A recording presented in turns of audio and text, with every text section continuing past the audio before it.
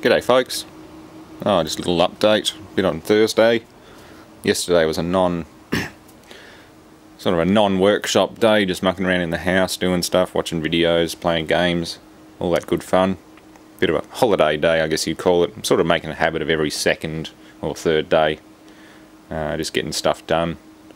But anyway, as you can see, new parts come in for the Micro, which is good. Idler, which matches up to a Pulsar part, new engine mount, thermostat, belt, fuel filter, which I got a while ago. Got to remanufacture that one, but the new one's easily serviceable. Bearings just pressed in there. Black and white monitor from the junkyard. It's an old security monitor with a bit of screen burn. I'll find a way to kill it. It's of no practical use to anyone, and I don't think it even works. Like, it turns on, but there's no activity from the CRT whatsoever. So, find something fun to do with that. What else? Been cleaning up. Found some old Tough Book casings at this junkyard. Someone's been parting out about 30 of them. There's just a whole pile of casings.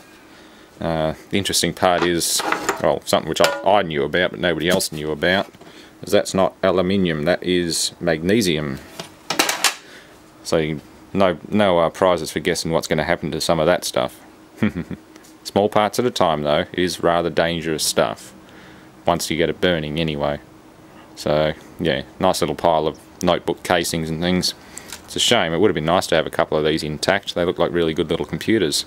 There was some damaged touchscreen membranes which must have gone over the display as well. So I'm guessing these have a keyboard and a touchscreen. Oh well, can't win them all. Cleaning up stuff. Got to figure out what to do with a heap of spent brass. I mean, I'm keeping these. It's 50 calibers worth of fortune. I found some interesting... Can't remember where these came from, but that is actually that, but part way through the manufacturing process. It's a 5.56 NATO cartridge, made here in Melbourne, Footscray Munitions. And that is a blank that's just come out of the die. I didn't know what it was at first, and then I realised, because it was mixed in with these, I realised it was actually blanks, because there's one that's half finished.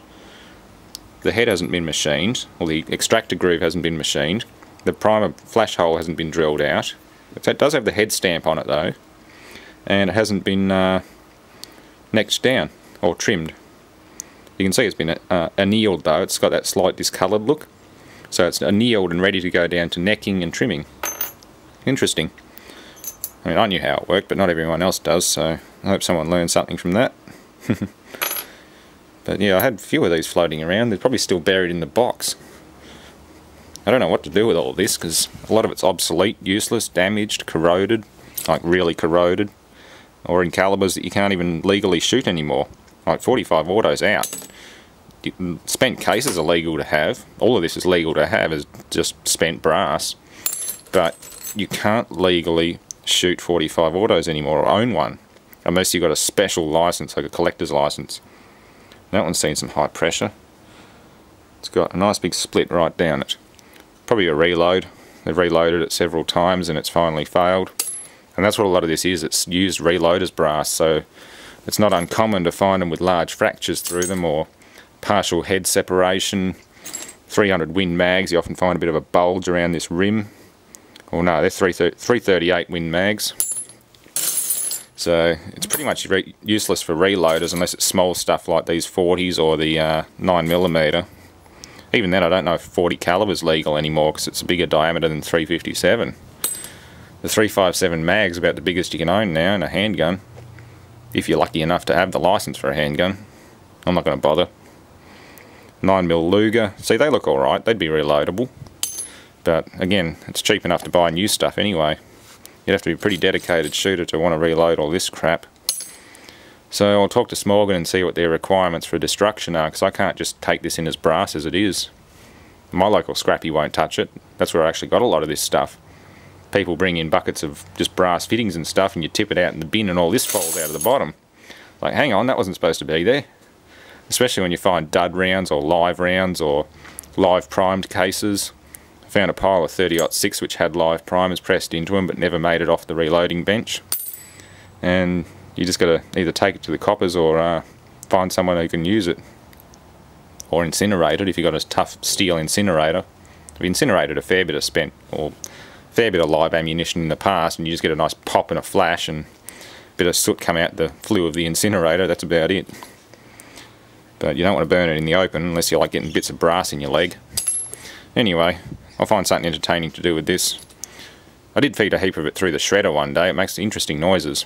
But I accidentally deleted the video. Oh well. That was a shame. Yeah. 40 Smith & Wesson.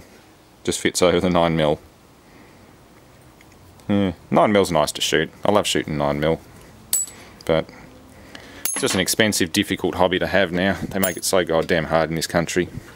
And with very little reason. That or just hunting small game, varmint, rabbit, rats.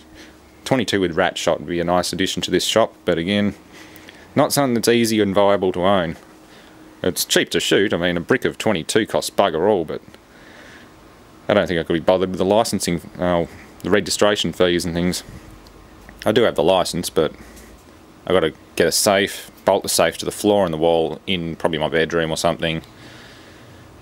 Get the permits for the rifle, pay the tax stamps and everything, get the rifle. Yeah, it's not too bad. I mean, for a $150 rifle it wouldn't be too bad, but if I wanted to shoot handguns or something, forget about it. You got to be a member of a club. You got to, even for rifles you do have to be at a shooting club. But even for handguns, if you want to own a handgun, it has to be within the legal limits of caliber and barrel length. And you have to be a part of a competition club, and you have to compete in pistol shooting competitions several times a year, or you lose your license and they confiscate your guns. So it's really, really hard to own pistols. Anyway, enough rambling on that sort of stuff. That's basically why you don't see me doing any shooting videos. It's just not really worth my effort. I've got better things to commit my time to. One day I will, one day I'll buy a 22, but even then there's nowhere to shoot it. I can't shoot it in my backyard. I can't even shoot a pellet gun in my backyard. Which is a damn shame, because I wouldn't mind just a regular 22, even if it's a dirty, cheap Sterling or something. Just a normal bolt action 22 or a lever action, a Browning or something like that. That would be so much fun. But, oh well. That's what you get for living in Australia. Thanks for watching, folks.